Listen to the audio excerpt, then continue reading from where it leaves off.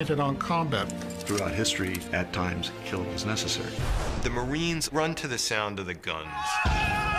Marines understand that what they do is a brutal business, but they never lose their humanity.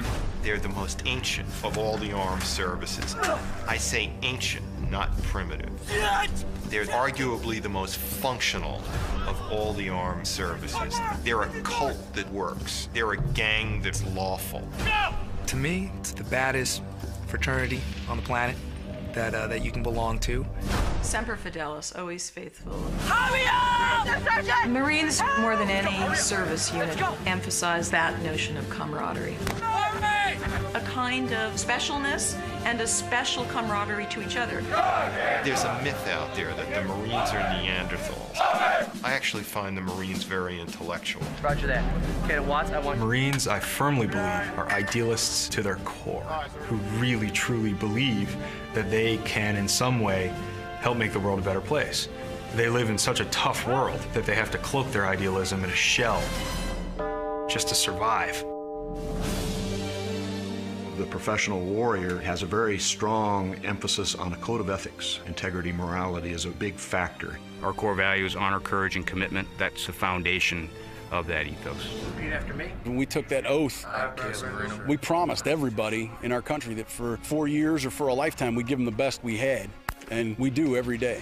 Marines don't argue about should we or should we not have intervened. The mission is everything. And a Marine, no matter how many times you knock him down, he's going to get to his feet. And that probably makes us as feared as any organization in the world. We are the nation's first line of defense. But if you do something wrong to the country, we're the last people you want to see coming at your door. That reputation has been well earned over the last 230 years.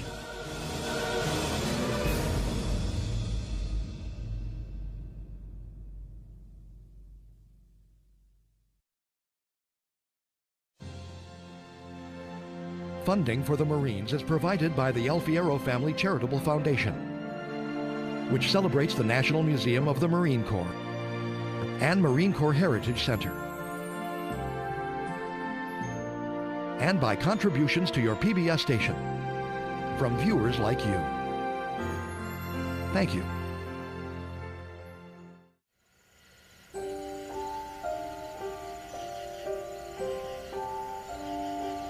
I never started out to be a Marine. When I came aboard, I didn't really know what a Marine was. I found that I liked this stuff and stuck around for about 35 years. I think it's important that the story be told. When I tell you to get out, you're gonna get out quickly without getting injured, and you're gonna get my yellow footprint. Do you understand? Yes, sir! Get out, get my yellow footprint! Recruits arrive at boot camp the same as generations of Marines before them. Let's go! Fast, fast! Let's go, let's go, let's go! At night, faster. on a bus. Let's go! Let's go! Faster! Let's go! Faster! Let's go! Faster! Faster! Let's go! The journey of 1,000 miles starts when the drill instructor invites those recruits off the bus and puts them on the yellow footprints. And they symbolize you leaving the life as you knew it and entering the United States Marine Corps. Do you understand? Yes, sir! No! Do you understand? Yes, sir! In that first moment at boot camp, recruits literally step into the distinctive culture of the Marine Corps. These symbols and traditions and the values they represent are what bind Marines together and what set them apart. The Marines do maintain that distinctive culture. It's a commitment to others, a sense that the organization comes before the self, a real downplaying of the individual and playing up the importance, the role, and the goals of the group. They can't help but fall into a formation when they stand on the yellow footprints, and it's kind of the first symbol of becoming part of a team. You will be what you're told to be. Your hand eyes are straight to the front, and your mouth is shut. When they step on those yellow footprints, and when that bus departs our receiving barracks,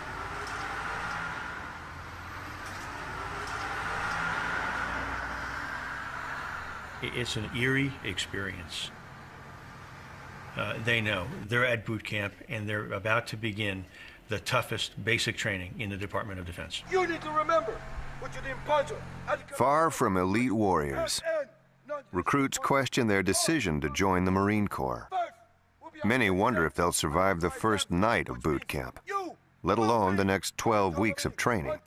All those little details that people take for granted are stripped away, and it really makes a great impact on them. Move back and get your toes on the bottom of my step. Say aye, sir. Aye, sir. The main thing is they realize that the world as they knew it has changed.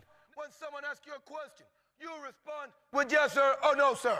Do you understand? Yes, sir. And I remember interviewing recruits about their thoughts about that night, and it typically was, oh my God, what have I done? Stop at the edge where the Marine tells you to stop. The Marine boot camp experience, Let's go, faster. It's a real shock, and it really is off the deep end into the pool.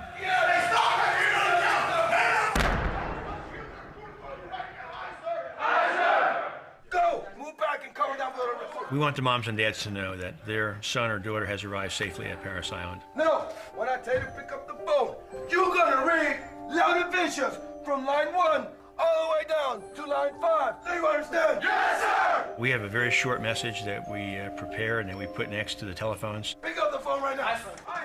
This is Recruit Marchuka. I have arrived safely at Parris Island. Please do not send me any food or bulky items in the mail. This is Recruit Bowman. I have arrived safely at Parris Island. Please do not send any food or bulky items to me in the mail. I will contact you in 3 to 5 days by postcard with my new address. Casey. I have arrived safely at Parris Island. The phone call is going to be short. It may come late at night, and it may seem abrupt to them. I will contact you in 3 to 5 days by postcard with my new address. By postcard with my new address. Thank you for your support. Goodbye for now.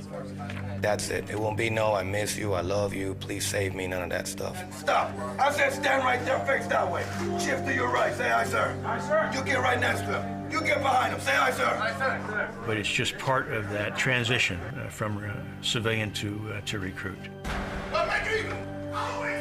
We get them here, and we process them, and we get them ready for the training company, where they're going to spend 3 months.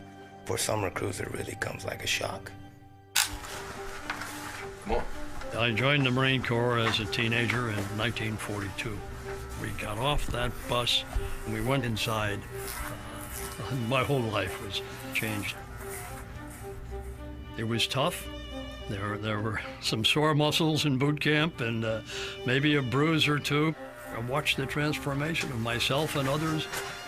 Tighten up my line, man. We really tried hard to become Marines. Once he moved, you move. To live up to the expectations of the older Marines, the ones that had gone before us. I enlisted in the Marine Corps the 9th of September, 1942. Oh, I think it's indelible till the day you die. It's the most degrading day you'll ever have in your life, and I think it's all part of that vast plan, which none of us understood, to reduce us all to nothing and then build Marines. Did you speak to you? Did you speak to a live person? Yes, sir. Who'd you speak to? Don't look at me, just look at your hand out, walk straight to the front. Who'd you speak to? My mom, sir. This recruit's mother, say it. This recruit's mother, Who'd sir. you speak to? My father, sir. My father or this recruit's father? This recruit's father. Who? This recruit could not contact anyone. Get on the phone again. Who'd you speak to? This recruit's father, sir. Who? This recruit's father. Who? This recruit's mother, sir. It was a terrible day. And that's over 60 years ago, and I could almost tell you every move we made. In a matter of less than 12 hours, everything what they knew for 18 or more years is suddenly gone and stripped away. We take these individuals off the street. We got to get their attention. We got to build discipline into them. We got to get them functioning as a team. That's all part of that ingraining transformation that has to take place from a civilian off the street into the training process, the end result being a basically qualified Marine. I don't know how you grow that, but we seem to do it very well. The Marine Corps has 2 basic missions: to make Marines and to win battles. Our job is to fight the nation's battles. It's as simple as that. We're warriors. That's what we do. The job of the Marines is to get there first, ready to fight and ready to kill if necessary. We pride ourselves on mission accomplishment. We'll pick up, move out, draw fire, shape the battlefield, plant a flag. The Marine Corps is the smallest of the 4 services. It is designed to be the tip of the military spear, deployed first and quickly. The Marines run to the sound of the guns. It's counterintuitive in terms of a survival instinct when you actually experience it, but that's what the Marines do. The Marines embrace an aggressive warrior ethos that they feel sets them apart. I don't know whether it's specifically set up that way or it's just evolved out, as they definitely have an identity of we are Marines, and it is distinct and different. Being a Marine isn't just a job. It's not a profession even. It's more a vocation. It's a state of mind.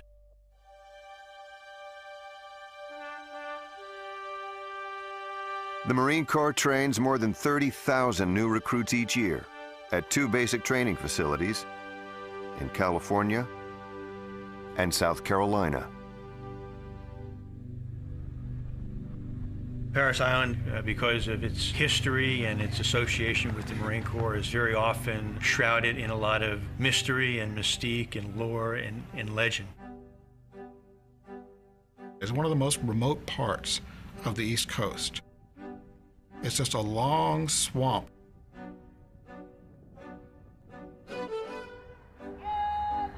Here is where the transformation begins. Recruits are shaped by the values of the Marine Corps. They take the Marine culture with them for the rest of their military career, and for many, the rest of their lives. Marine boot camp teaches very little in the way of genuine combat skills. Marine boot camp is about cultural immersion, indoctrination, and it does it extremely well.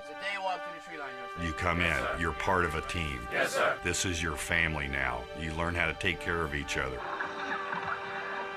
You have to trust the guy on your left and the guy on your right. You build upon the recognition that you fight as a team. If you come together as a team and you look after one another, you will be successful. I think that's the essence of what the Marines are about, is creating that bond and saying that that's the most important thing about being a Marine, is taking care of each other. The Marine Corps is the youngest service among America's military organizations. 60% of Marines are younger than 25. 16% are teenagers. There are a number of reasons why a young person joins the Corps these days. They see an organization that's elite in their minds. They're looking for a challenge. 1001, 1002. And they affiliate the Marine Corps with an organization that embraces a challenge. I think the most important factor is a sense to serve his or her country. I believe these youngsters have inside them an intense sense of patriotism. The idea that service above and beyond self is a worthy endeavor. You will be changed forever. Look at the Marine recruiting commercials. A man being knighted in a church or a castle. A guy on a horseback slaying a dragon. A mountain climber, reaching over the precipice. I mean, they definitely play up that image. In all the world, we have a central message. there are a select few. We want kids to realize that there's something special about the Marine Corps. Incredible transformation. We focus on kind of the image of the Marine Corps being the elite warrior, the smart, tough elite warrior that is the epitome of military virtue. And then we show them that there's a process. Under the most grueling conditions, they are shaped, hardened. And for the kids and parents or anybody that sees the commercial, they see a process over time. An individual goes through a series of challenges and then eventually is transformed into this Marine. The few, the proud, the Marines. And it's an iconic view or a metaphor of boot camp, but the kids get it. Right now we're at Leatherneck Square. This is where recruits come to get their Marine Corps martial arts training, and they get to run various obstacles. The objective